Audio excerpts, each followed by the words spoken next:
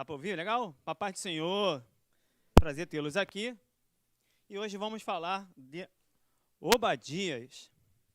Existe uma máxima na teologia que quanto menor, mais difícil. E é verdade. Acho que são esses microfones aqui. Quer trocar?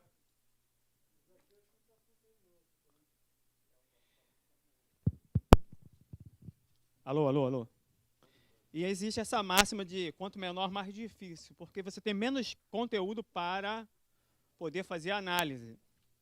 O que eu fiz? Além de orar, claro, como professor você não pode apenas, de forma intelectual, preparar um conteúdo. Você deve orar acerca do conteúdo para poder aqui desenvolver, então, assim, a sua lição.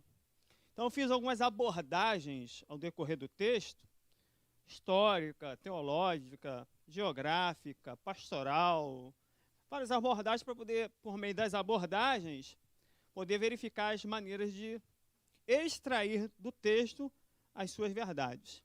O texto, ele te responde se você fizer a pergunta certa. Então, vários tipos de abordagens, vários tipos de perguntas, e são as várias respostas que o texto vai te responder sobre Abacuque. Vamos lá, então? Você pode interromper. Eu falei Abacuque? Desculpa, eu já estou pensando em Abacuque. Sério, eu já estava escrevendo.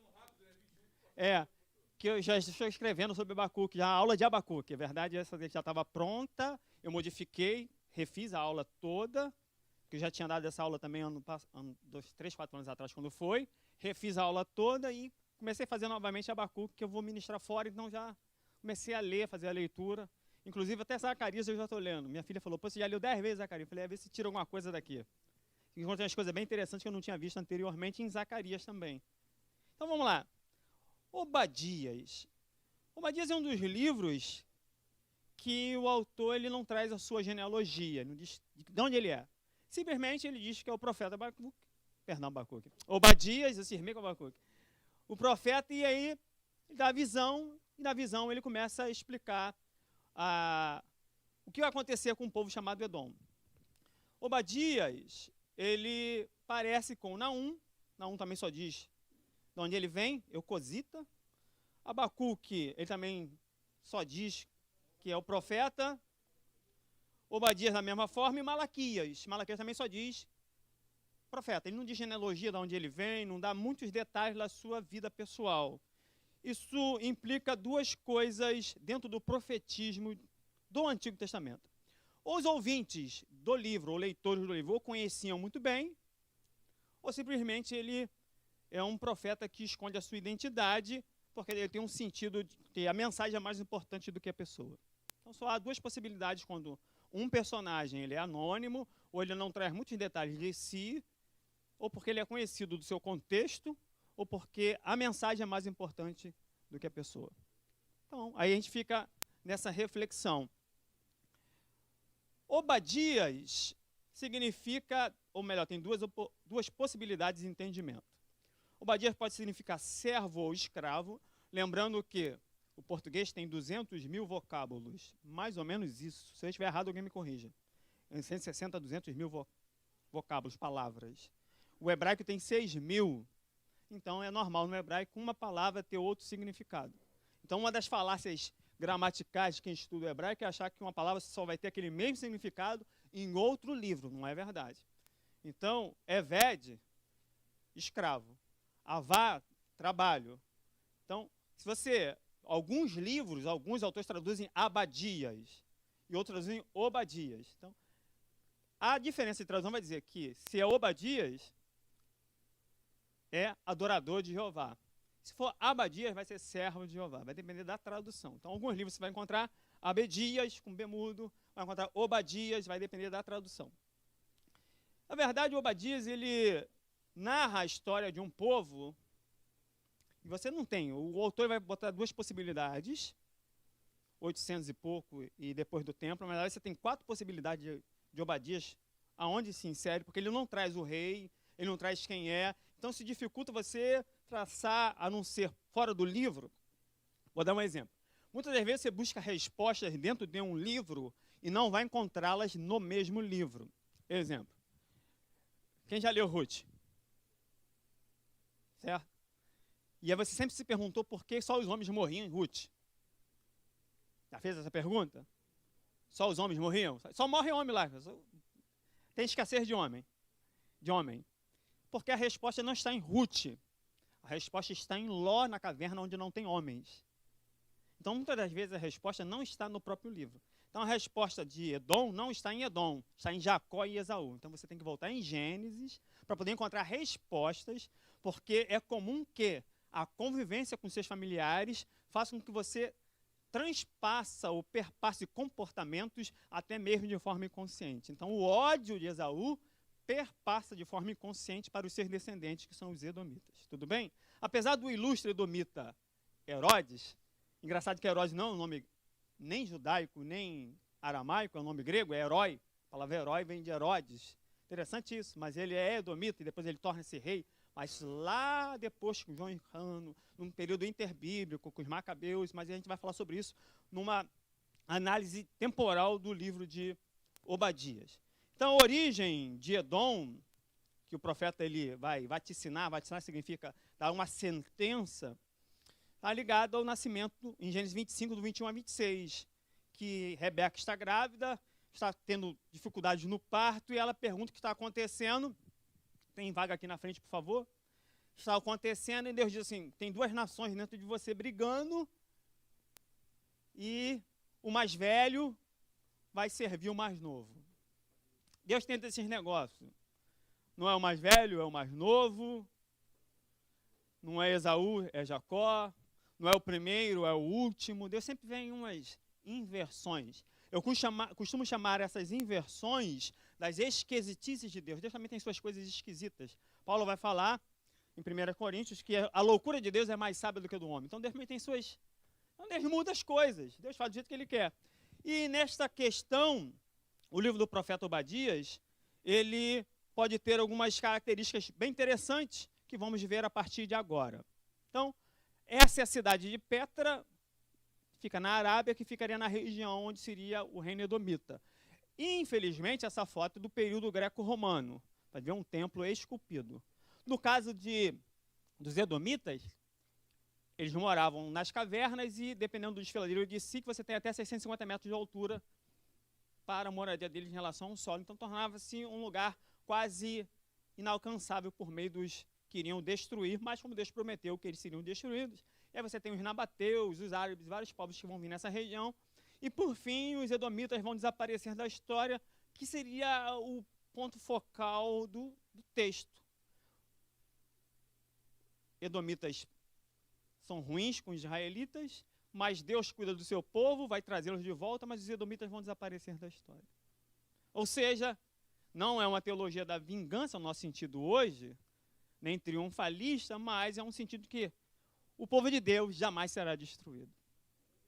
Mas aqueles que não são, serão destruídos.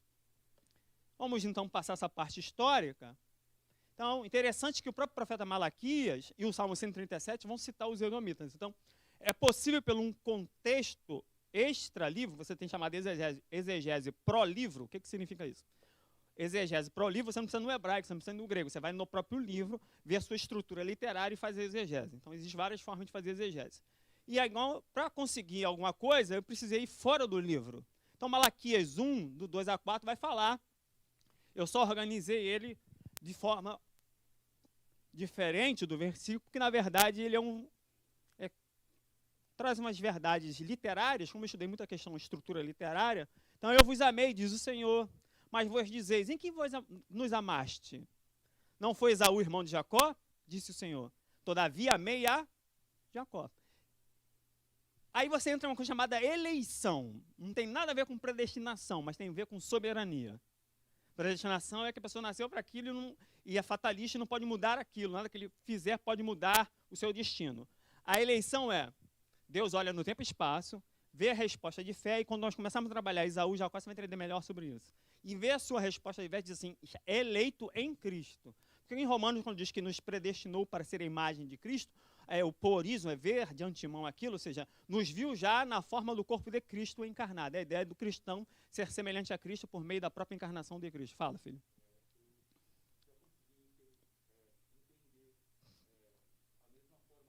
Eu vou repetir só o que você está falando, porque você está sem o microfone, mas pode falar que eu repito aqui. Sim.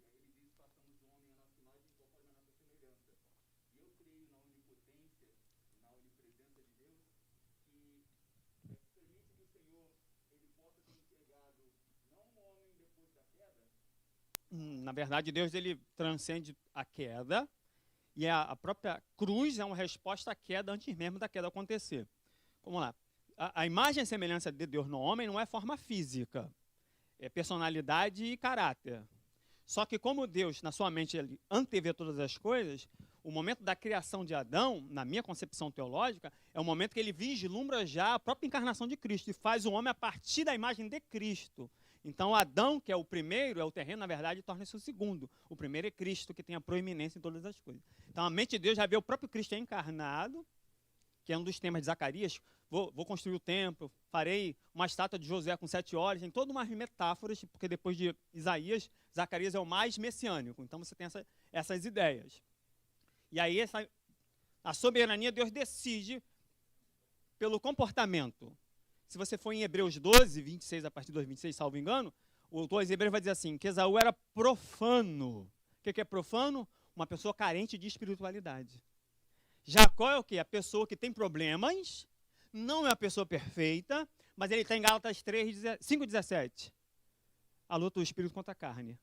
Você percebe que ele quer as coisas de Deus, ele até tem visões da escada, ele está buscando, mas ele é um cara que tem suas dificuldades e ele precisa ser tratado ao longo da sua história.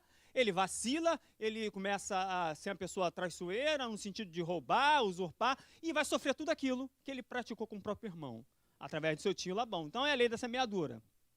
Fez, pois não, pastora? A senhora pode falar quantas vezes a senhora quiser, a senhora pode... Sim, porque na verdade, no final do 25, quando ele volta do campo, Jacó assim, daí, Jacó, me vende o seu direito, porque o direito da primogenitura não é só herdar as coisas, era receber a bênção do pai. Quando ele vende, ele diz assim, a bênção do pai não importa para mim. Aí por isso que Hebreus vai dizer, chorou, mas não encontrou resposta a partir do mesmo choro que teve. Então, na verdade, a venda daquilo representava que ele desprezava as coisas espirituais. E você despreza as coisas espirituais, Deus também despreza você. Então, consequentemente, o amar a Jacó, apesar que a palavra aborrecer, tanto no grego quanto no hebraico, significa amar menos. Né? Literalmente, odiar alguém. Essa é a ideia. Quem aborrece seu pai, ou seja, você tem que amar mais a Deus do que os seus próprios pais. Né? Às vezes você vai deixar de amar os seus pais. Então, aborrecer no texto, se for no texto hebraico ou grego, é a mesma ideia, é amar menos. Então, você tem uma bênção para Ismael, você tem uma bênção para Isaac. Cada um com a sua. Haverá alguma coisa para Ismael, mas também haverá algo que Deus vai, por meio de Abraão, trazer para Jacó. Isso aí, cada um tem a sua bênção, filho. Não fique de zoio, né, de olhão na bênção dos outros. Cada um tem a sua bênção, gente. Tem a de Ismael. Interessante que Ismael, quando Abraão não quer mandá-lo embora, em Gênesis 21, Deus fala assim, vou fazer dele uma grande nação. Aí Abraão, não vai. Se Deus vai cuidar dele, então vai. Aí libera. É por isso que ele libera com pouca água e com pouco pão. Porque se Deus vai cuidar, ele vai suprir. E a história, você vê a narrativa que Deus cuida dele realmente. Então, cada um tem um aspecto. A questão é que Esaú, ele desprezou a bênção. Fez pouco caso daquilo que poderia. Ah, tá longe. Meu pai vai me chamar no privado, vai orar por mim, vai abençoar, vou dar uma pernada no meu irmão. No final, o que aconteceu? Não foi Deus, mas foi a Rebeca que ouviu. E aí, usurpar de alguma maneira. É aquela velha história. A voz é de Jacó, mas um braço é de Esaú. Quer dizer, está dando a armadura de Davi, usar coisas que não é dele, mas, infelizmente, vou deixar a irmã falar, e aí ele vai pagar por isso. Na verdade, se a gente fazer essa análise, Isaac representa Judá, e Jacó representa Israel, apesar de ele também mudar de nome futuramente. Porque Jacó tem que ir para onde? Padã, né, que é Síria. E Israel vai para onde? Vai para Síria, no Egito. Na verdade, a gente chama isso de narrativa programada. Ou seja, há uma bênção igual a todos, existe uma estrutura narrativa, aí precisaria de uma aula só para falar de estrutura narrativa bíblica.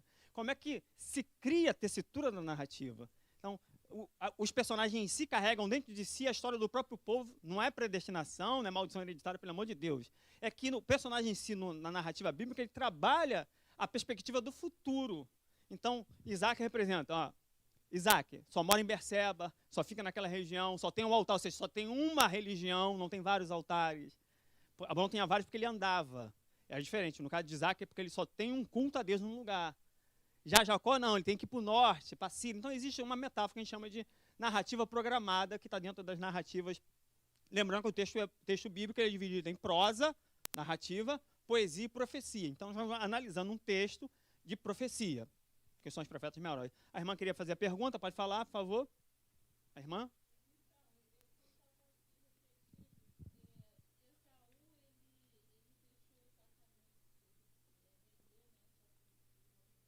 Sim. Na verdade, a gente fala vender troca, que foi a troca do prato de lentilha vermelho.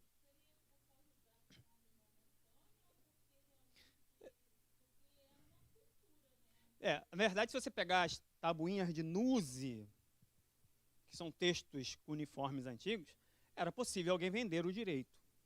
Era possível, como você vê, várias características acontecendo na história deles. Só que o fato dele vender tão rápido, que me serve isso agora? Isso demonstra, na frase de Esaú, o imediatismo. Eu quero agora, não é daqui 10 anos, meu Deus, eu quero, faz agora. Aí Deus não faz, aí você faz, você quebra a cara. Essa é a grande questão de Esaú. E aí aborrecia Esaú, e fiz dos seus montes uma assolação. Sua herança deu os dragões ou os chacais no deserto. E ainda que Edom diga, empobrecidos somos, porém tornaremos a edificar lugares desertos. Assim diz o Senhor dos Exércitos, eles edificarão e eu destruirei. Eles chamarão termo de impiedade e povo contra quem o Senhor está irado para sempre. Então você tem uma cultura de textos que falam contra Esaú. Malaquias, Salmo 137 e o livro de Obadias, que é o livro em questão que nós estamos estudando essa noite. Tudo bem? Deixa eu adiantar aqui. Então eu fiz um esboço do livro. O livro ele tem... não botei capítulo porque ele só tem um capítulo, gente. Então botei só versículos, tá? Ele não tem capítulo, botei direto versículos. Obadias, versículo 1 e 2, a visão da destruição de Edom. Depois 3 a 9, o orgulho de Edom. Interessante que ele tem uma coisa que a gente chama de assonância, aliteração, que até o Ivan estava falando na aula passada, não foi isso? Só que aí eu não quis trazer porque ficaria pesado, mas é bem interessante, porque a palavra keton, pequeno, rima com zemon, que é orgulho, que rima com meron, que é altura, quer dizer, existe toda uma estrutura literária de rimas dentro do texto. Mas é muito bonito, mas aí ficaria muito pesado. Agora, versículo 10 a 19, a falta de fraternidade com Jacó. Então, a acusação de Deus é, você não olhou para o seu irmão. Interessante que ele trabalha Edom, não apenas como um povo já distante de Jacó, mas um irmão, propriamente dito. Fala, Ivan.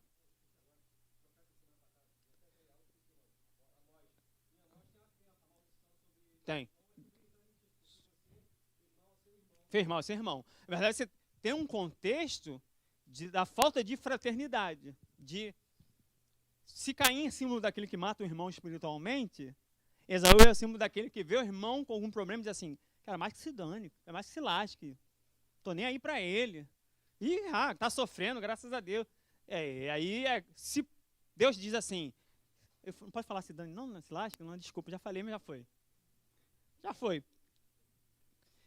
Se Deus fala assim, se o teu inimigo pedir água, dá de beber, quanto mais ao seu próprio irmão. Então, essa é a dinâmica dos edomitas. Se o teu inimigo pede, você não faz, você amontoa brasas sobre a sua cabeça, quanto mais seu próprio irmão que pede. Então, essa é a dinâmica, é a acusação do que ele fez com Jacó, com o povo. Além de montar barricadas, de vendê-los como escravos, um monte de coisas que os edomitas vão fazer, possivelmente quando os babilônicos vão destruir em 586 Jerusalém. Deve ser mais ou menos esse contexto, pela repetição em livros posteriores à data, como Malaquias é posterior, no retorno, como o Salmo 137 é um salmo pós-exílico, então é possível que a gente encaixe melhor Obadias de 586 para diante. É um momento desse período da história, pela incidência de textos posteriores. Alguma dúvida? 20 a 21, a salvação de Jacó e a vitória final sobre Esaú. Seria o esboço do livro. Fiz um quadro, uma tabela também com o esboço do livro com as palavras-chave. Edom será humilhado e destruído. Edom foi cruel e criminoso. Edom e o dia do Senhor. Interessante que também da temática do dia do Senhor, que é um dia escatológico, fala sobre a vinda de Deus para julgar. E no final de Obadias, assim, o reino será do Senhor. Fala do reino, a proposta do reino messiânico. Os versículos se subdividem E as profecias sobre a predição, a denúncia e a consumação do que iria acontecer. Depois, o conteúdo, a soberba do coração e a queda, a violência contra seu irmão, versículo 10. Como tu fizeste, assim fará contigo sobre a tua cabeça, versículo 15, e a lei da semeadura. Você fez, Gálatas 6, 6, 7, 8, o que o homem semear, isto também colherá. Tema-chave, julgamento de Edom, versículo 10, é o versículo-chave de todo esse texto. Eu queria abrir com você. Abre aí em Obadias, na sua Bíblia. Se você não achar, nós faremos uma oração forte por você. Obadias. Daí, dependendo da pronúncia, pode ser. É que a nossa tradução traz Obadias, mas existem outras traduções que trazem diferente o nome do livro. Tá? Mas isso não implica muita coisa de diferença entre si. Versículo 10 diz o quê? Por causa da violência feita a teu irmão Jacó, cobrir-te-á a confusão e serás exterminado para sempre. E você tem a cristologia em Obadias, o julgamento de Deus sobre os inimigos, que é por meio do Messias, e você tem a palavra salvadores lá no último versículo 21, levantar-se-ão salvadores no monte Sião. Lembrando que a teologia de Sião começa a surgir a partir dos profetas menores. O que é a teologia de Sião? Não é Moriá, não é Jerusalém no sentido do templo.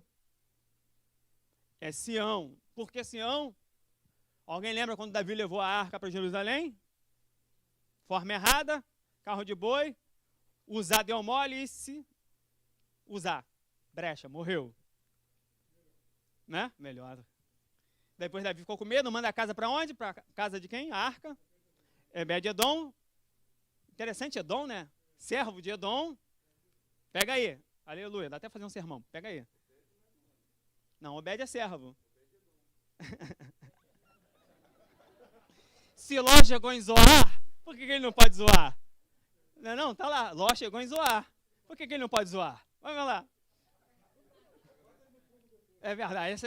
Essa vou anotar. Vamos anotar. Até desvirtuou. Esqueci agora o que eu ia falar. Ah, tá. Não. Davi. Meron, Edom. Quetom é pequeno. Meron é altura. Zemon é soberba. Que bom esse sorvete. Mas vamos voltar lá. E aí depois ele manda trazer a arca de volta. Desculpa. É que os textos hebraicos dele você tem a palavra que bom. Os textos hebraicos. E aí ele manda trazer para ele a arca, e aí ele dá 6 passos, ajoelha, canta, sacrifica, ora, e a partir de 6 passos subir no monte Sião, que são mais ou menos 845 metros, dá uma caminhada boa até chegar lá em cima, fazendo isso de 6 passos. E aí você tem apenas um sacrifício até lá, onde ele coloca a arca no seu quintal, porque a arca fica na casa de Davi. Não fica no templo. O templo, nesse período de Davi, está em Gibeão, onde Salomão vai orar pedindo sabedoria. O tabernáculo está em Gibeão, mas a arca está no quintal de Davi. Então, demonstra a grandeza e a presença máxima de Deus naquele período, na casa do próprio rei. Por isso, a temática chamada teologia de Sião começa a desenvolver, porque já tem o messianismo. A ideia do Messias começa a surgir a partir da chamada teologia de Sião. Não, é Sião, é o rei sacerdote. Aí você começa a desenvolver essa teologia que vão aparecendo posteriormente em outros livros bíblicos, que no nosso caso você tem muita pouca coisa em Obadias. Vou falar Abacuque, mas Obadias. Vamos continuar então aqui? Estrutura concêntrica, é um texto muito bonito, ele é escrito para dentro, gente. Eu fiquei olhando o texto assim, porque eu tenho mania de ficar olhando o texto. Eu ponho o texto no computador e fico olhando para o texto, assim, 1 hora, assim, meia hora olhando para o texto. Aí fica assim, Jesus tem alguma coisa. Chama-se meditação do texto. Eu fico olhando para o texto, aí fico orando o texto. Sabe o que é orar o texto? É você ler o texto e orar o texto. Aí eu falei, poxa, tem uma estrutura bonita, ele é um texto concêntrico, ele é escrito para dentro. Ou seja, a resposta do texto não está no final do versículo. A resposta do texto está no meio do conjunto de versículos. Ou seja, não olhou para o seu irmão Judá no seu desterro e desastre. É o texto todo construído para uma só expressão. Olhe para o seu irmão. É bonito esse texto, ele é construído de uma forma diferente, ele é construído com uma resposta para dentro, não para último versículo. Todos os versículos vão combinando entre si para serem construídos concentricamente. Para ver que está A linha, B linha, C, o texto ele é construído para dentro. A parte central do texto de Obadias é o 10 ao 16. É um texto muito interessante, que trabalha essa questão da fraternidade, do cuidado com o irmão. Isso é bem interessante, essa estrutura literária de Obadias. Alguma dúvida, gente? Fale agora, o cara se para sempre. Fala. Não, você coçou o ouvido, né? Não, tá certo. Inimigo identificado. Então agora entro no tópico 1. Quem é o inimigo? Os edomitas. Então os edomitas são os inimigos de Israel. No caso, Judá. E aí você tem um estilo de vida dos edomitas que parece ser diferenciado. Os edomitas moravam na região onde seria Petra, como eu já falei. Tem um desfiladeiro de 200 metros que separa. Por isso que Obadias, versículo 4, parte A, diz que a sua casa é como uma águia no ninho. Se te elevares como uma águia, porque era mais ou menos 650 metros de altura, onde a moradia deles. Isso fazia com que houvesse dificuldade de guerrear contra os edomitas. Isso fazia com que ele se sentisse soberbo e seguro. Ninguém chega em mim, ninguém me toca, sou intocável. E aí Deus disse assim, você pode chegar nas estrelas, vou derrubar você de cima para baixo. Os edomitas me lembram pela soberba Satanás. Em Isaías, ele diz, subirei às mais altas nuvens. Subirei no monte da congregação. Serei superior ao Altíssimo. Aí Deus vai cair até o inferno. Acho que a única coisa que nos derruba é a soberba. Que qualquer pecado que possa acontecer, antes disso vem a soberba. Você achar que você consegue fazer tudo e você é autossuficiente. Quando você achar que pode tudo, cuidado. Você está a um passo de cair. Você tem que sempre tomar conta. Paulo vai dizer, o que está de pé, olhe para que não caia.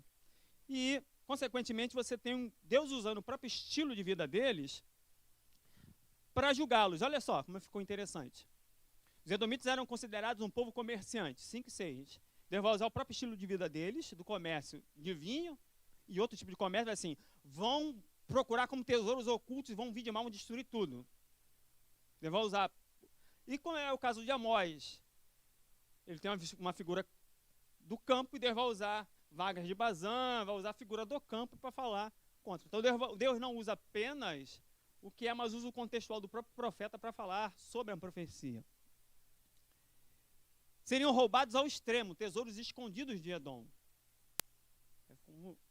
Tudo que Edom tivesse fosse completamente retirado deles. Depois eram considerados um povo sábio, versículo 8. Lembra de Elifaz? Quem lembra de Elifaz? Amigo de Jó? Era de Temã, uma região, então ele era um edomita. Claro que na época de Jó, se Jó é um livro anterior a Abraão, ele não era considerado ainda um edomita, mas era daquela cidade. Lembrando que a questão de identidade cultural está ligada à cidade, não uma região. Tudo bem? Então, Elifaz, amigo de Jó, Jó capítulo 2, versículo 11, ele é tenanita, que é de Temã, relacionado a os edomitas. Era uma das cidades. Então, um povo sábio. Ele faz, aí você tem a referência também em 1 Reis 4:30, que Salomão era mais sábio do que Emã, os do Oriente, etc. Então, fala também de um povo que está ligado à sabedoria, ao conhecimento. Alguma dúvida? Então, vamos prosseguir. Eram considerados um povo belicoso, de guerra. Sempre foi ligado à guerra. Você vai pegar várias passagens bíblicas onde os edomitas estão envolvidos em batalhas. Versículo 9 de Obadias diz: e não acontecerá naquele dia, do Senhor faria parecer os sábios de Edom e o entendimento da montanha de Esaú. 9. E os teus valentes, ó Temã, estarão com medo, para que a montanha de Esaú seja cada um exterminado pela matança. Interessante que ele fala da montanha de Esaú, que seria a montanha de Seir, e fecha com a montanha de Sião. Interessante que ele trabalha também esse paralelo entre as montanhas. Lembrando que a montanha é um protótipo do templo. Não sei se você sabe disso. Os zigurates, como a Torre de Babel, refletiam as montanhas. Tem até uma passagem no Antigo Testamento, vamos lutar com eles nos vales, porque o deles é o Deus dos montes. Aí Deus vai lá e vence no vale, porque Deus é Deus dos vales e dos montes. Mas você tem essa ideia da montanha como um templo artificial, um templo natural feito por próprio Deus para poder estar em conexão com ele. Por isso o templo sempre superior, sempre um edifício acima, ligado a essa ideia, como foi no caso da Torre de Babel. Então, os edomitas lutaram contra Davi, 1 Reis 11:15. Davi também vai vencê-los. Os confederados de Amon, Moabe, contra Josafá. E é interessante falar em Josafá, eu estava meditando essa semana, e quando eu li essa passagem para escrever aula sobre Josafá, ele vai vencer 3 povos em conjunto, correto? Só que Josafá não luta, ele põe o quê? Os levitas. O Espírito do Senhor vem, levanta o profeta, fala no meio da congregação, ele põe os levitas na frente, sim ou não? Só acontece algo semelhante em Josué, porque o muro cai porque os sacerdotes tocam a trombeta. Isso já nos leva a um conceito de batalha espiritual que vai ser desenvolvido no Apocalipse. Mas aí fica para a aula de Zacarias, quando eu der aula de Zacarias. Que aí tem uma coisa bem interessante sobre essa questão aí, da luta espiritual a partir da terra para o céu por meio da adoração e não mais por meio das espadas. Algo bem interessante, mas fica para a próxima aula, deixar você com vontade de assistir. Revoltaram-se contra Judá e autoproclamaram-se um rei, segundo Crônicas 21:8, que é posterior ao evento de Josafá, um capítulo posterior. Atacaram Amazias e conduziram vários cativos, também são livros posteriores, são fatos posteriores, você já está ali indo já para os reis de Judá, para o final da monarquia, indo para os últimos reis. Cooperaram com os babilônicos na destruição de Judá. Aí que seria onde nós vamos entrar com o livro propriamente dito. E no Salmo 137 diz: bem-aventurado aqueles que jogarem seus filhos contra as pedras. Esses salmos de deprecatórios, de vingança, que a gente chama. Então, você tem os salmos de lamentação individual, Salmo 13, os salmos de lamentação coletivos, onde as pessoas oram ao Senhor, e os salmos de vingança. Então, dentro do contexto cristão, ele vai dizer, Deus vai fazer justiça em algum momento. Só que para ele, realmente, a figura de Edom, o que foi feito, ficou uma mágoa nacional, que isso é cantado até nos salmos posteriores. Então, alguma dúvida quanto a isso aí? Tem certeza? Então, tópico 2. Porque eu cavei um poço para fazer essa aula aí, mas não tem muito assim. Deu para cavar um pocinho para tirar umas águas aí. Porque, como falei, as respostas não estão nos livros. Não está no próprio livro em si, em tudo. A acusação divina contra Edom, então como é que Deus acusa Edom? Serem enganados sob a sua própria soberba. Cuidado com a sua própria soberba. Quando você acha que você pode fazer algo, que toda a capacidade está em você, isso é um perigo. O apóstolo Paulo diz assim, trabalhei mais que todos os apóstolos, mas não eu, mas a graça de Deus em mim. Eu aprendi uma coisa com isso. Paulo era o cara que Deus levantou para levar o evangelho aos gentios, mas ele atribuía até tudo que ele faria ao próprio Deus, nem a ele mesmo. Então, cuidado com assim, não, sou eu que fiz mesmo. Não, calma. É a graça de Deus em você. Lembrando que o dom que está em você, o maior beneficiado não é você, é o outro, porque os dons de Deus são interpessoais, está em você para ser usado em favor do outro. Então, são as grandes questões. Minha aula é NASA. Aí você se lasca. Cuidado. Então, um pouco de humildade, se colocar, Senhor, dá graça. Porque se não é a graça, nada temos. Não, quem come do fruto da árvore são os outros. Então, a mesma coisa são os dons espirituais. Deus coloca em nós para que haja um equilíbrio no corpo. Anote isso aí, porque eu vou até beber uma água. Anote isso aí.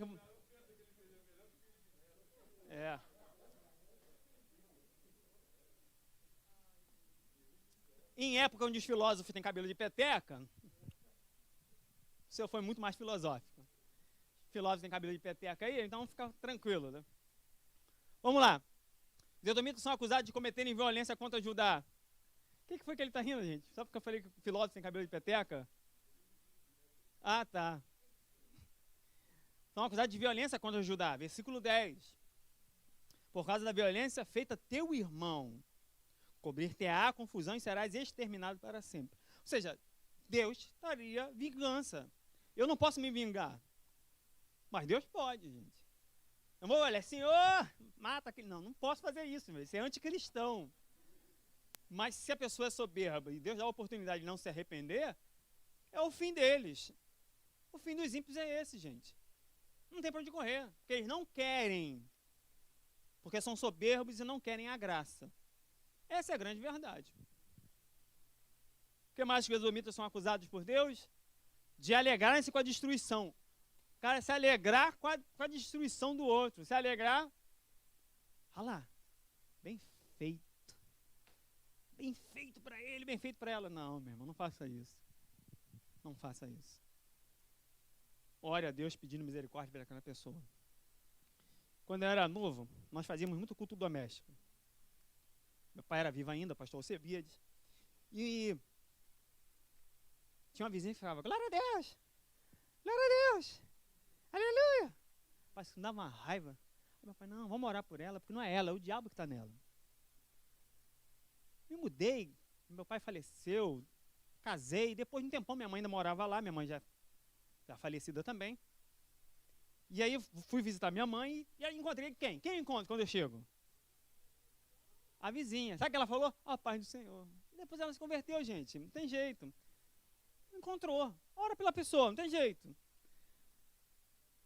Às vezes, Deus permite que o diabo use pessoas para caçoar de você, da sua fé, para ver só a sua posição. Está no meu joelho, aleluia, vou jejuar, Senhor. Para com isso, meu irmão, isso não é coisa de crente. Se for rebelde, se for soberbo, vai se autodestruir. Meu pai falava uma coisa interessante, você não precisa derrubar gente ruim se derruba sozinho. Você não precisa fazer nada, eles mesmos vão tropeçar e vão cair. Você já viu o Salmo? Salmo 1. Como é que o justo é descrito? E viu como é o ímpio é descrito? O justo é o quê? É árvore. E o ímpio é palha. Então, são as questões da vida. Você escolhe se é árvore ou palha. Você que decide. Deus pode fazer tudo? Sim ou não? Só duas coisas que Deus não pode fazer. Desculpa. Calma. Deus não pode mentir ou pecar. E Deus não pode tomar decisões por mim. Aleluia. Vai, fala aí, chato.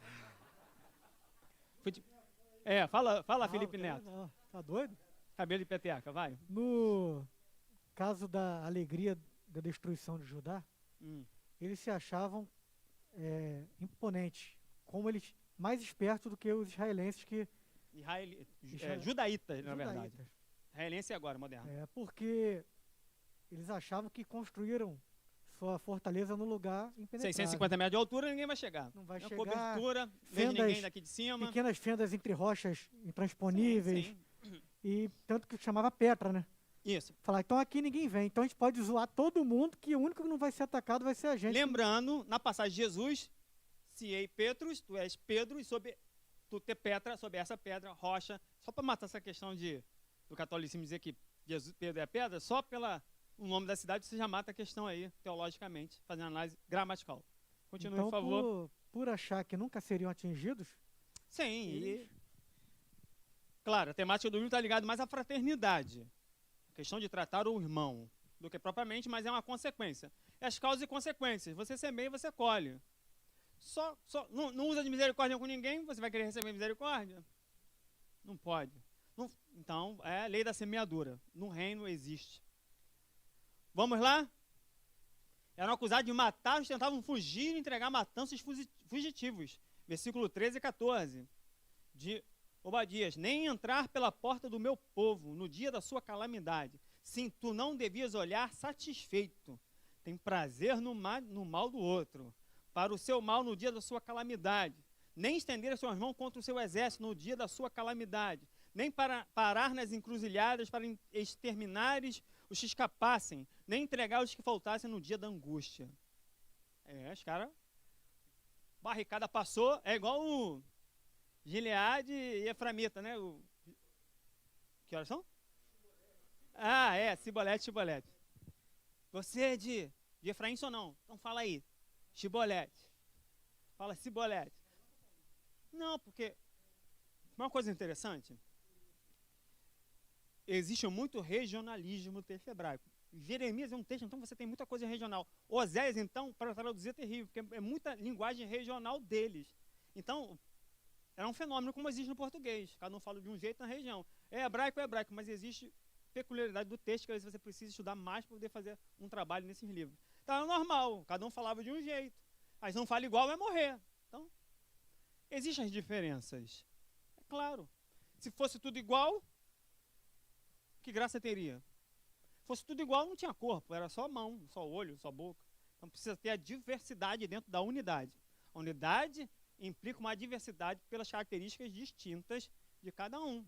Então eles acabaram por não aceitar isso e tiveram até prazer na morte dos seus irmãos. No caso, como Deus acusa Jacó. São acusados de maldade. Então, eu acredito que se Esaú representa o profano, Jacó representa o cristão que precisa de uma conversão. Pode ver que lá no Peniel, ele vai no Vale de Jaboque, encontra com um anjo, era o próprio Deus, é abençoado. E engraçado, sabe por que Deus tocou na coxa de Jacó para ele mancar? Para Esaú ter pena dele para não matá-lo, porque se Jacó virou um homem casado, trabalhador, trabalhou 14 anos pelas mulheres, Esaú virou dono de bando, vim com 400 armados. Ih, lascou, mano. Aí Deus vai e toca, ele vem. Ô, meu irmão, que isso? Deus, até nisso Deus cuidou de Jacó, para senão Jacó ia... 400 cabra ruim, na tábua lascada, jagunço armado, meu irmão. Estava ruim para Jacó. Então os edomitas são acusados de profanar o monte da santidade de Deus. Beberem vinho lá, festejando a desgraça de Judá. Não profane o que é sagrado. Tampouco ache que o profano é sagrado. Sagrado é sagrado. Interessante que a palavra profano, ligada a Esaú, a mesma palavra é utilizada também na questão da ceia em Hebreus. Quanto mais aquele que profanou o sangue da aliança. Uma palavra muito forte. Profanar o sangue da aliança, ou seja, viver uma vida espiritual desleixada e participar das coisas espirituais de qualquer maneira, como fosse a ceia do Senhor. Algo assim terrível. Algo que ao invés de trazer saúde, por isso é entre vós muitos fracos, doentes, que morrem espiritualmente. Então, estou falando que você é perfeito, nem que sou perfeito, mas que tenhamos um mínimo de vida cristã que nos não afaste da ceia do Senhor, mas pelo contrário, nos leve perto da ceia do Senhor. Porque a ceia do Senhor, ela fala do passado, do presente e do futuro. O que Jesus fez, do presente anunciando hoje, do futuro até que ele venha. Então, algo que nos leva mais próximo de Deus e demonstra. Por isso que Jesus dá graças no pão. Ele dá graça porque vai morrer. Vou pegar o pão, vou dar graça. Vocês vão morrer. Tudo arrebentado. Não. Ele dá graças não é pela morte em si, mas pela própria ressurreição que ele antevê em nós como corpo dele. Por isso que diz que ele ficará satisfeito com a obra do seu serviço. Isaías 53. Fiz um quadro aí, como o pastor Ronaldo disse, eu que gosto desse negócio. Fiz um quadro. Inventou-se a voz da oposição, aleluia, vamos lá. Edom, condenação e destruição. Hã? Não ela. Olha lá atrás, chefe. Que isso? Ó, você não viu, não? Vai lá atrás, ó. Como sempre, ó lá. Aquela pessoa que chegou atrasada ali, desculpa, não queria falar não, mas ela chegou atrasada. O senhor elogiou, eu sei, há uma voz ali de trás. E não é fantasma. Chegou atrasado, não vou nem falar, mas chegou atrasado. Eu sei isso. Deixa pra lá, vamos lá. Certeza da completude, aleluia, irmã. Ó o Edomita, hein? De Edom. Falta de fraternidade, participação na alegria da desgraça e agressividade. Então, os crimes de Edom. Falta de fraternidade, participação na alegria na desgraça alheia e agressividade para com o outro. Destruição de Edom, período da sua destruição, característica da sua destruição. E, por fim, em 70, quando Judá deixa de existir como província da Judéia, quando os romanos arrasam Jerusalém, vem para Edom e acaba com todos os edomitas. Só que a promessa é que Judá voltaria. Está lá no 21. Os salvadores vão trazer, meu povo volta para o meu monte de Sião. Israel voltou a ser nação e os edomitas sumiram na história. Depende, fala.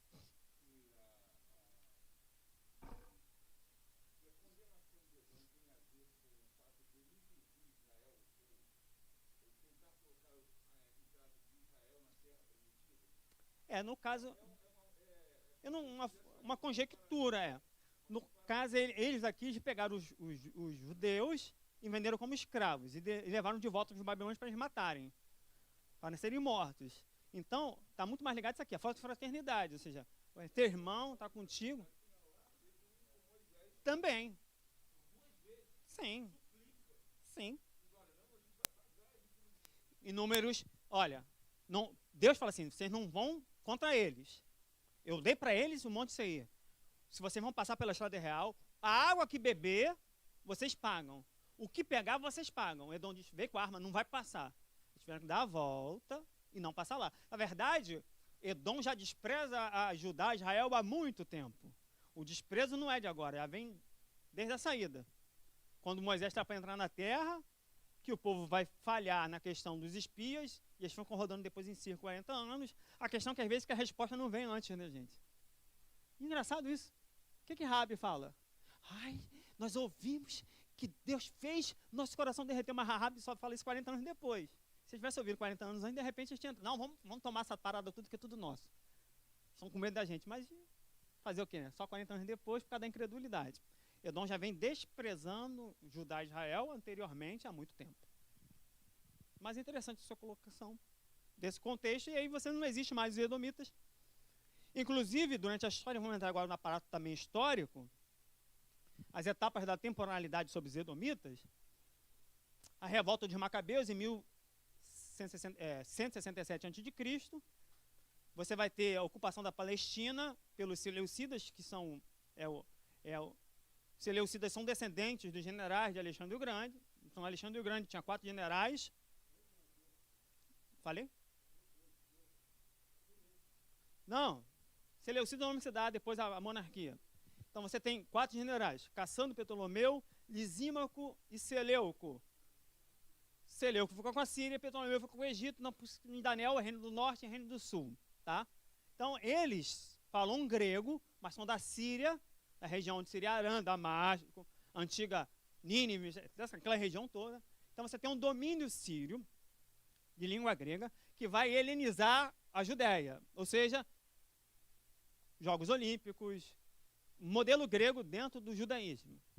Apesar de que 167 é bem depois. Então, é bem antes. É antes, porque 300, mais ou menos 100 e poucos anos antes, 333, ele morre, Alexandre. Só que Alexandre ele entra em Jerusalém. E o sacerdote abre a cidade. Ele entra, ele sacrifica com o sacerdote. Ele manda traduzir as escrituras para o grego, que só vai acontecer com Ptolomeu no Egito. 50 anos depois, que consegue traduzir, que você tem chamada Septuaginta. Quem pediu foi Alexandre o Grande. Ele queria ter os livros dos judeus em grego. Que aí você começa a traduzir e depois você vai fechar o cânon aqui. Ele só vai fechar propriamente Tito, vai estar em aberto no tempo de Jesus, alguns livros como Daniel, ainda está certamente coisas abertas, só vai fechar mesmo propriamente dito. No Esdras, você tem o cânon hebraico fechado, o cânon com os livros gregos vão vir depois, só em 90, Concílio de Jânia, que se fecha o cânon judaico contra os cristãos, rejeitando todos os outros livros que seriam o Novo Testamento. Você tem aí um período de construção do cânon, que está sendo paulatino. O reinado dos Ramoneus, que são os sacerdotes reis, são os descendentes dos Macabeus que vão reinar, que vão pegar a função de rei e sacerdote. Lembrando que a Judéia, nesse período, não é uma monarquia, é uma satrápia. O que é isso, meu Deus? Nome de vermífugo. Não, vermífugo. Satrápia era uma província persa. Então, começa a ter um período de autonomia. Mas você não tem Judá, provavelmente dito, Judéia, na história, com grande autonomia num certo período dos Macabeus, e depois, 63, Pompeu toma. Roma toma, acabou, e aí passa a ser uma província romana. Então você tem pouco tempo de liberdade como realmente uma nação. Por isso a ideia do messianismo é muito forte, ainda mais nesse período. O desejo do Messias, ele torna-se muito forte por essa independência, não tendo uma independência nacional, que mexe na própria identidade do povo. João Hircano, primeiro, vai pegar depois os edomitas e vai circuncidá-los. Logo, os edomitas serão chamados também de judeus, onde Herodes, que na verdade é José Antipater, que é o pai de Herodes, vai ser um administrador local romano, e depois Herodes passa a receber o título de rei da Judéia, posteriormente. Daí essa história, o que sobrou dos edomitas foram absorvidos pelos judeus ou completamente destruídos depois de outro período da história. O que sobrou como não circuncidado, que seria o fim do Império Grego, Antípater, Jerusalém 43, Herodes o Grande vai até 4 a.C., e aí você tem o reino de Edom. Eu botei um mapa, eu olhei a aula do pastor Ronaldo e falei, tem que fazer um mapa. A inveja. Aí eu falei, vou fazer um efeito no mapa.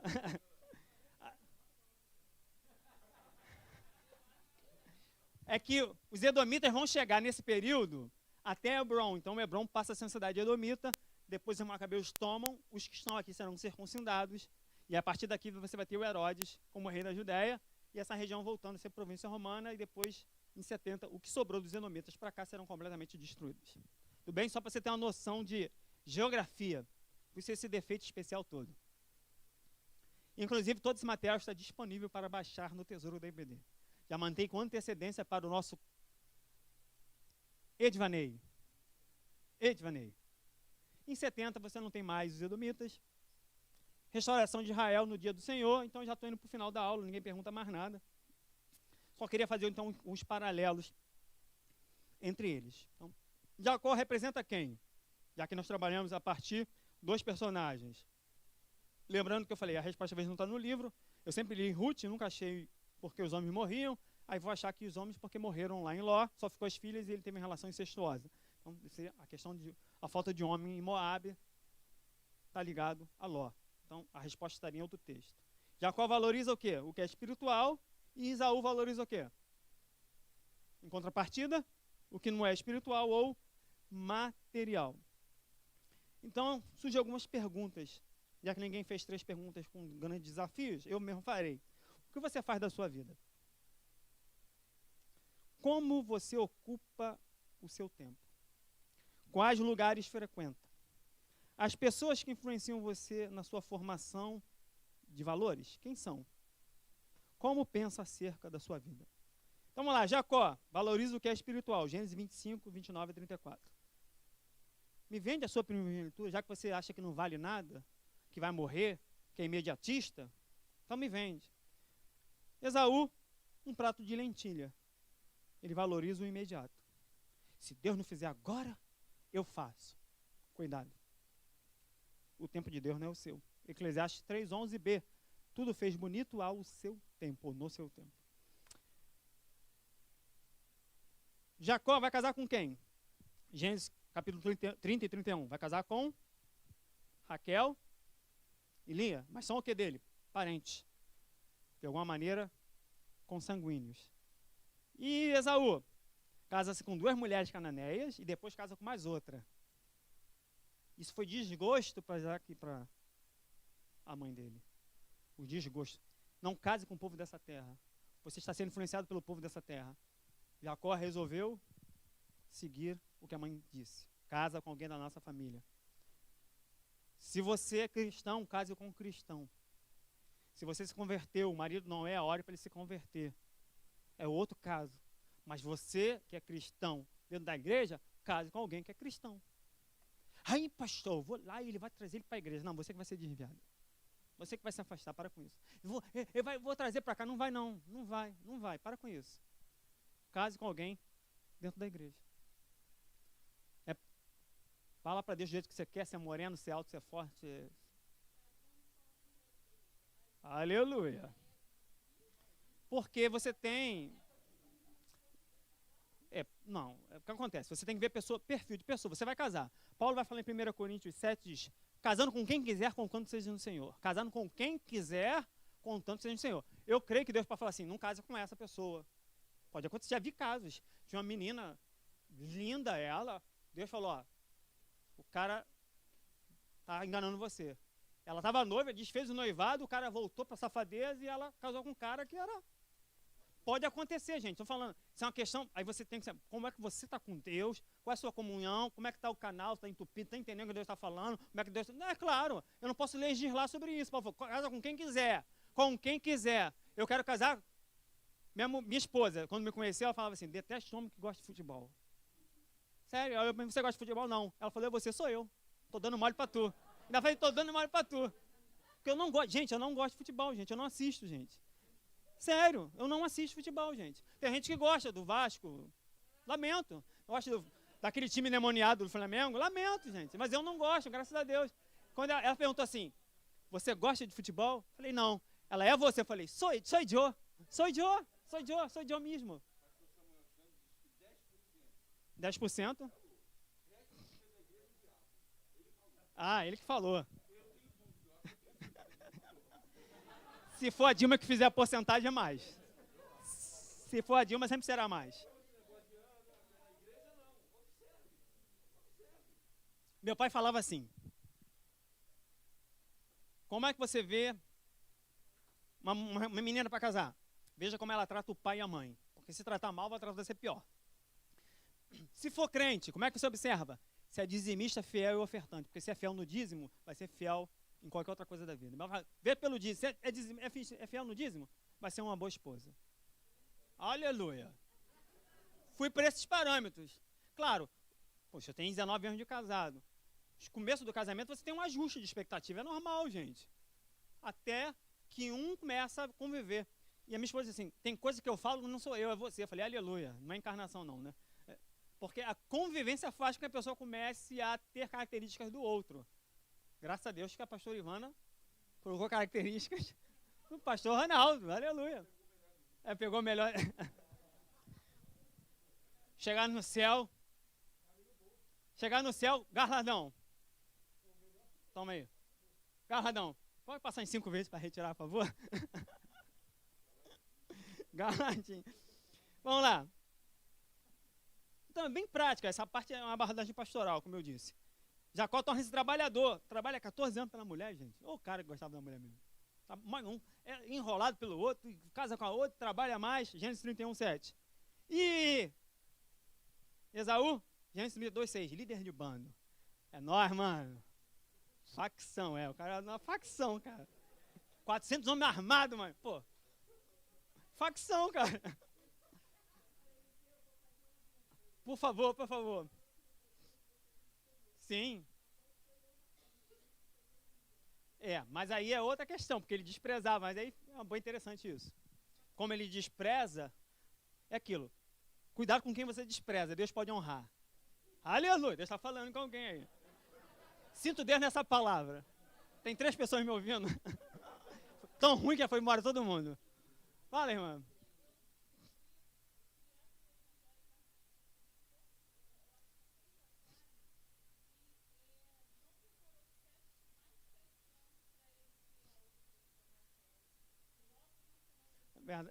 Na verdade, ele vai trabalhar 14, mas você vê, durante os 14 anos, o Labão muda o salário 10 vezes. Ele deu a pernada lá. Sim. Ele casou, ele tirou a núpcias de uma semana e já casou, mas ele trabalha 14 anos, mas a merenda antes do recreio, ele consumou o casamento, ele tem que só ter que pagar. Isso aí mesmo, não fez isso não,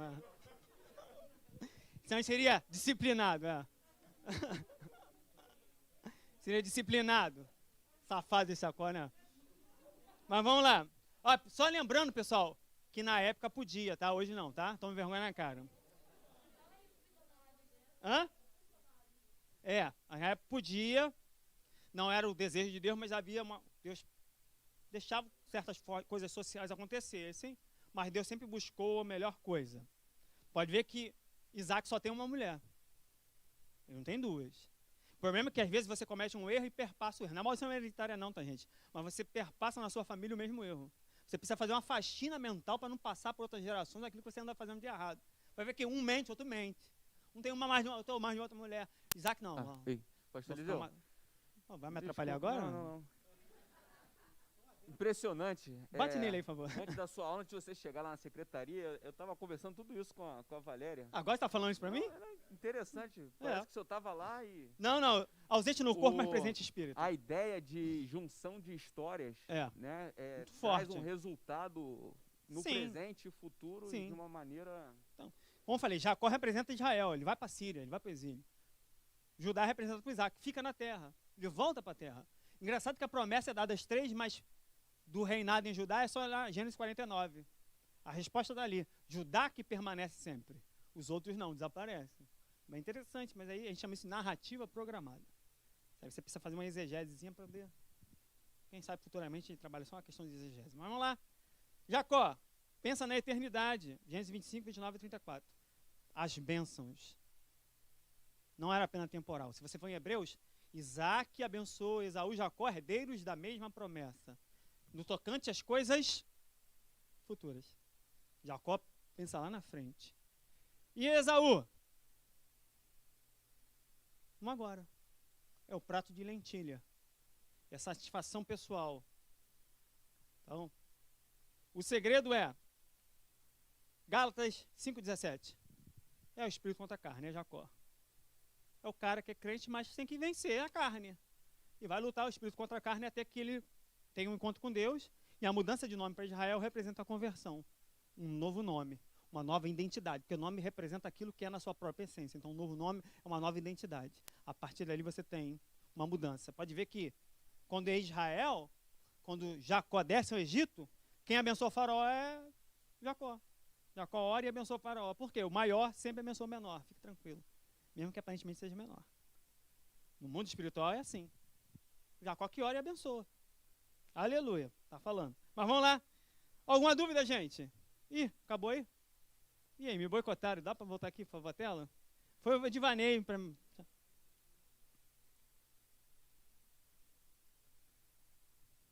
Então é isso aí. Jacó representa a luta do espírito contra a carne. A carne é fraca? Sim ou não? Por que a carne é fraca? Porque não é sujeita à lei de Deus. Não é sujeita à lei de Deus. Então você precisa fazer o quê? Fortalecer quem? A carne sempre vai ser fraca. Toma vergonha na cara. A carne é franca para a gente. Toma vergonha na cara. Vai fortalecer o espírito. A carne nunca vai ser sujeita porque a carne é uma natureza contrária a Deus, de qualquer forma. É o que Adão fez com a gente, nos deu de graça. Parabéns para você. E gerou Adão, filho, a sua imagem, a sua semelhança. Ou seja, igual a Adão. Vacilão. Vamos lá então, tópico 3 da lição. Eles querem me boicotar, mas tudo bem, eu vou conseguir vencer. Vou orar, fazer oração de Obadias. Restauração de Israel no dia do Senhor. De fato, temos 3 vezes a expressão dia em Obadias. Temos a primeira ocorrência, como o dia de Edom, o dia onde Deus vai acertar as contas. Minha filha hoje, teve uma conversa, eu e minha filha tivemos uma conversa hoje, ela falou assim, não é justo. Eu olhei para ela, está se sentindo injustiçada? Vai orar para Deus. Ai, estou injustiçada, vai orar, mandei ela, vai orar. Se fizer uma coisa em casa, ela, não é justo o que você está falando. Foi uma coisa que ela tinha que fazer para receber algo em troca. Ela não é justa. Eu falei, injustiçada, coisa, vai orar. Está se sentindo injustiçada, irmão? Vai orar. Então, o dia do acerto de contas. Então, versículo 8 de Obadias. Então, quando será naquele dia, diz o Senhor, que farei perecer os sábios de Edom, e o entendimento na morada de Esaú. Segundo, o dia de Edom ajudou a destruir Judá. É o versículo 11, que é o dia da falta de fraternidade. E o terceiro é o dia do Senhor, que é o versículo 15, que fala do reino do Senhor, a implantação do reino para o Senhor. Interessante isso, que essa expressão é tão complexa, né, o dia do Senhor. Na verdade, o dia do Senhor tem um caráter de vingança, de justiça, de destruição dos inimigos. Mas para nós tem um caráter de salvação. Ei! Cuidado. Cuidado com o que pede, hein? Não. É o dia onde Deus faz-se rei sobre a terra. Mas para isso, Daniel dá a resposta. Todos os reinos são representados por bestas. Meu cunhado não, desculpa. Bestas, animais. E o reino de Cristo por um homem. Parou para pensar? Já li esse texto tantas vezes, né? Todos são animais, de forma animalesca, mas o reino de Cristo é um homem. Vi um semelhante ao Filho do Homem. Por quê? Porque o pecado deixa a gente desumano. Quando eu não exerço misericórdia, eu sou desumano.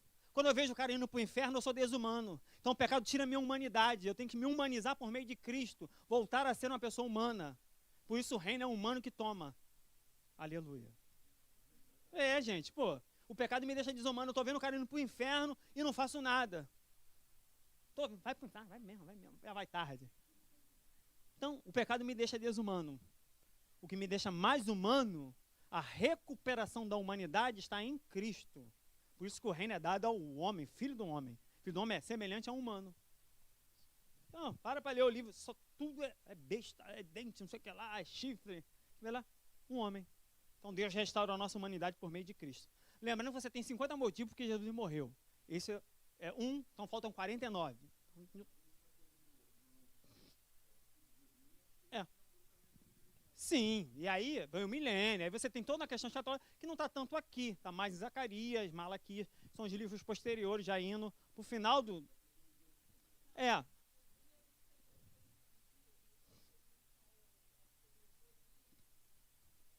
Tá, irmã, só que ele é adventista, tá? Então, tem problema aí. Ele não acredita conforme a gente.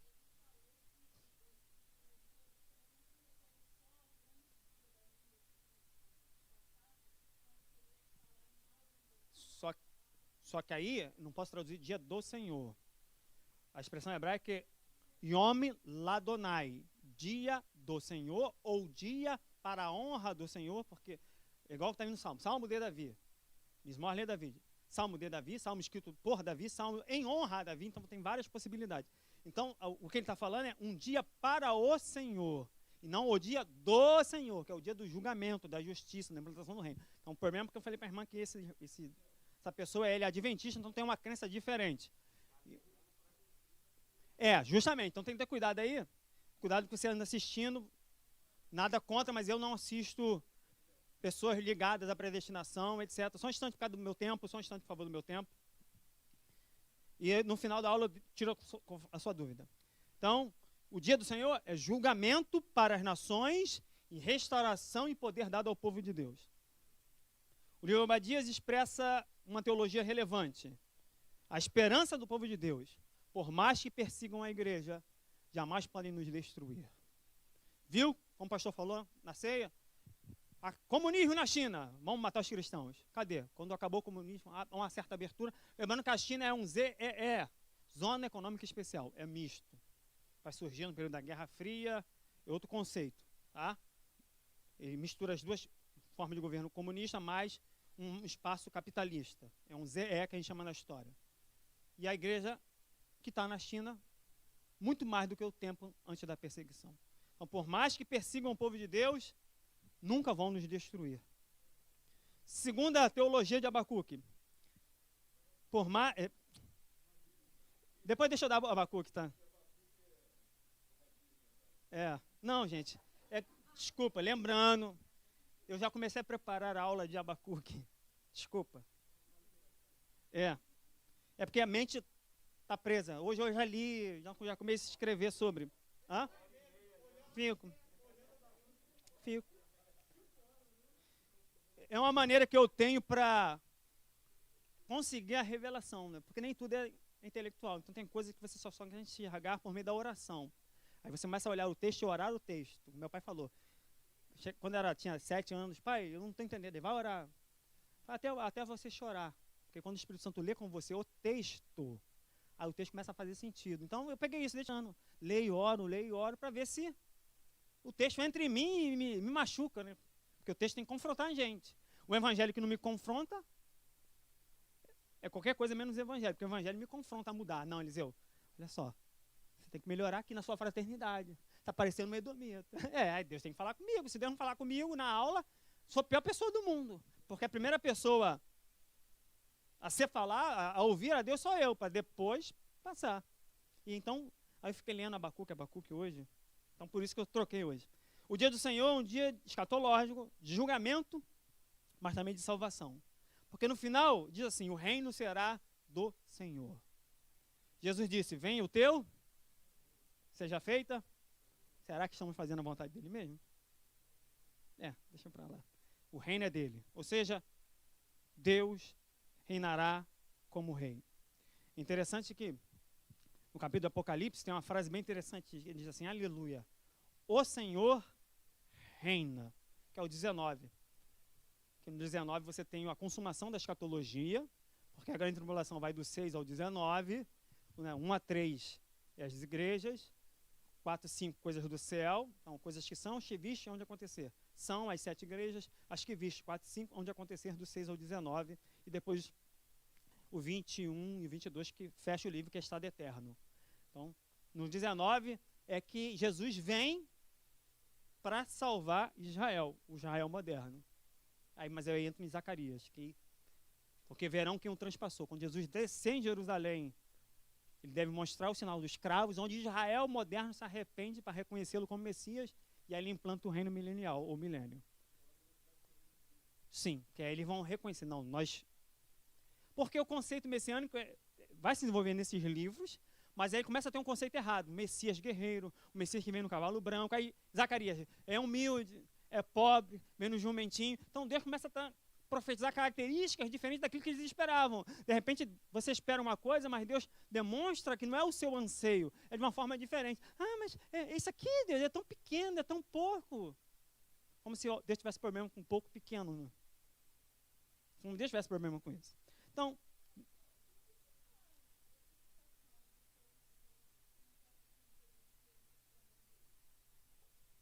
vai surgir nos Salmos de Salomão, são livros apócrifos, abre para mim, por favor, no período interbíblico, onde você tem um protótipo de um rei violento, sanguinário, aos moldes de Davi. Espadachim que ia vencer os inimigos, pisá-los, massacrá-los, e fazer de Israel um estado teocrático. Só que Jesus veio primeiro para resolver um grande problema: o pecado. Sim, porque o que Israel buscou, Paulo vai falar, o que Israel buscou não conseguiu, mas nós, pela eleição da graça, conseguimos. Ele buscou, não conseguiu, porque ele buscou pelos seus próprios esforços. E não era do jeito que ele queria, era uma forma diferente. Então ele não entendeu como seria o plano de Deus, rejeita o Messias, porque você vai ver em João, não temos outro rei senão a César, o sangue dele cai sobre nós, nossos filhos, e caiu, e depois é tudo arrasado. O povo vai ser a diáspora, espalhado pelo mundo, e aí Deus começa a trazer as profecias que se cumprem, trazendo de volta. Então Israel hoje é Ezequiel 37, 9. É um grande exército, está de pé, mas não tem o Espírito. Você tem um Espírito. Essa é a grande diferença entre nós e Israel. Você tem um Espírito. Porque se você também não tiver o Espírito, você não vence a carne. Você não consegue fazer as coisas do mundo de Deus. Você faz as coisas do mundo dos homens. Então, verdade e prática. Brigas e amarguras familiares que continuam por gerações. Faça uma faxina mental. Não perpasse, não repita erros por meio das suas atitudes e comportamentos para os seus filhos e sucessores. Indivíduos que se acham autossuficientes para receber alguma coisa. Isso faz me lembrar de Gênesis 33. Jacó vem e recebe a Esaú. Eu tenho, eu não preciso não. Cuidado. Não é ser soberbo. Eu sou uma pessoa que tem dificuldade de pedir as coisas. Gente, é meu, eu não sei porquê. Posso estar precisando, mas eu tenho dificuldade de expressar isso, gente. É coisa minha, fazer o quê? Mas eu sei receber e agradecer as bênçãos que eu recebo. Como eu sempre digo, a gratidão é a resposta adequada ao favor de Deus, a graça de Deus em favor dos homens. Indivíduos soberbos, que são simbolizados pela altura, pelas rochas, pelas águias, pelas estrelas. Cuidado. Tem gente pensando que é águia, mas é outro pássaro. Hã? Pô, é pombo, é pombo. Eu ia falar outra coisa, é pombo. Então cuidado, está se achando águia, mas é pombo. Menos. Isaías 14, de 1 a 15. Satanás achou que era muito, porque a autoridade é dada, a autoridade é a legalidade para fazer. O poder é dado, o poder é a capacidade de fazer. O problema do diabo é querer mais poder e autoridade para fazer aquilo que não era dele. E usurpar que era de Deus, e aí ele cai. Então, lembrando que a palavra diabo vem do verbo grego diao, que é dividir. Quando você divide, você se parece com o diabo. Quando você é soberbo, Deus olha para você e lembra de alguém. Precisa falar o nome? Não, né?